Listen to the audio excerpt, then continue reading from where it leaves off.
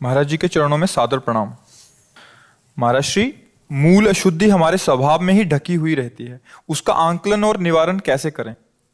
सब समय हम उससे अनजान रहते हैं और परिस्थिति आने पर वो हमारा अहित कर देती है। क्या यही प्रभु प्रेम को न समझ पाने का कारण है?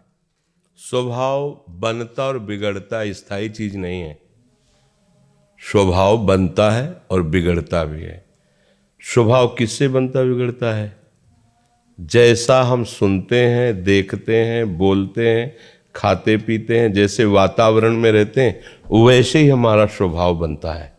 पूर्व जन्म में जैसे हमने आचरण किए हैं उनके अनुसार हमारा स्वभाव दिया जाएगा इस जन्म में।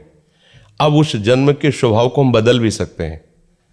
उसको हम बहुत बुरा बना सकते हैं और बहुत अच्छा बना सकते हैं। ये स्वतंत्रता है मनुष्य जीवन में, पशु जीवन में नहीं और अन्य जीवन में कहीं नहीं। तो हमारा स्वभाव जो कारण देह से संबंध रखता है और हमारा सूक्ष्म शरीर, उसे कारण देह कहते हैं, कारण शरीर। सूक्ष्म शरीर मन, बुद्धि, चित्त, अहंकार और स्थूल शरीर 5 ज्ञानेंद्रियों और कर्मेंद्रियों के साथ ये जो ढांचा देख रहे हैं, प्रारंभ यहां से होता है। स्थूल शरीर से सूक्ष्म शरीर प्रभावित होता है। जैसे अभी ठंडा, तो अगर सूक्ष्म शरीर प्रभावित नहीं होगा तो ठंडा नहीं लगेगा। सूक्ष्म शरीर को बेहोश कर दीजिए तो स्थूल शरीर को काट दीजिए, आप उसको पता नहीं चलेगा। मतलब स्थूल शरीर की हर हरकत का प्रभाव सूक्ष्म शरीर पर पड़ता है। समझ में आ रहा है ना? सूक्ष्म शरीर का जो निर्णय है वो कारण शरीर पर पड़ता है, वो स्वभाव बन जाता है।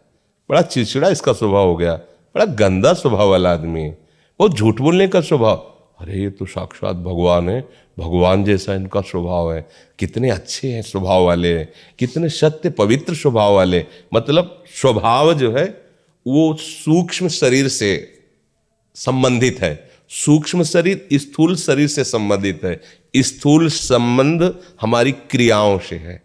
हम गंदी क्रिया करते हैं या अच्छी क्रिया करते हैं। देखना, सुनना, बोलना, खाना, छूना, सूंघना, ये सब इंद्रियजन्य क्रिया है।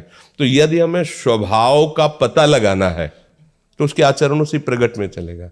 आसुरी स्वभाव या दैवी स्वभाव, दो में ही बांध दिया गया है कि राक्षसी स्वभाव, अब मांस खाता है, मदिरा पीता है, बड़ी मीठी बात करता है, पर वो राक्षसी स्वभाव का आदमी है।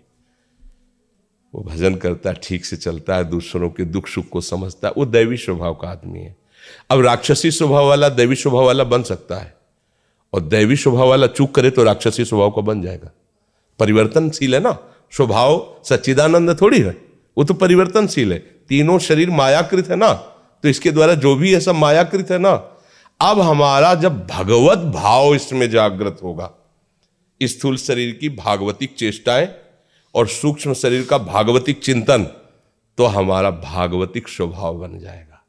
अब ये परिवर्तन होने वाला नहीं है, क्योंकि ये त्रिगुणातीत भगवान के नाम रूप लीला धाम के चिंतन से त्रिगुणातीत स्वभाव बन गया है। जैसे हमारे यहाँ सेवक जी महाराज कह रहे हैं, यह जो पर्यो मोहि सहज स्वभाव, श्री हरिवंश नाम रस चाओ, नाव सुदृढ़ भव तरन को। बोले अब मेरा स्वभाव पड़ गया है राधा वल्लभ श्री हरिवंश, राधा वल्लभ श्री हरिवंश, राधा वल्लभ श्री हरिवंश। श्रवण में स्वभाव पड़ गया भगवत चर्चा, और कुछ अच्छा ही नहीं लगता। स्वभाव बन गया भगवान की चर्चा करने का। दूसरों को दुखी देखकर रह ही नहीं सकता, इसका स्वभाव बन गया है। दूसरों को सुख पहुंचाना, ये स्वभाव। भागवतिक स्वभाव तक पहुंचने के लिए हमको सत क्रियाएं करनी होंगी, सत चिंतन करना होगा, तब हमारा स्वभाव स्थायी बनेगा। वो परिवर्तित नहीं होता, भागवतिक स्वभाव परिवर्तित नहीं होता। पर जब तक हमारा भागवतिक स्वभाव नहीं परिपक्व हो गया तब तक फिसल सकता है, तब तक फिसल सकता है। तो स्वभाव का परिवर्तन हो गया तो जीवन मुक्त हो गया ना, क्योंकि तीनों शरीरों से उसका संबंध धीरे धीरे खत्म हो जाता है, जिसका भागवतिक। अब प्रभु के चिंतन में आंतरिक, प्रभु की मंगलमयी आज्ञा का पालन बाह्य, तो स्वभाव भागवतिक, खत्म खेल हो गया। भगवान की कृपा से संचित कर्म भस्म हो गए, क्रियमाण निष्फल हो गए और प्रारब्ध निष्प्रभावित हो गया। वो जीवन मुक्त परमहंस परमानंद का अनुभव कर लेता है। समझ गए जी?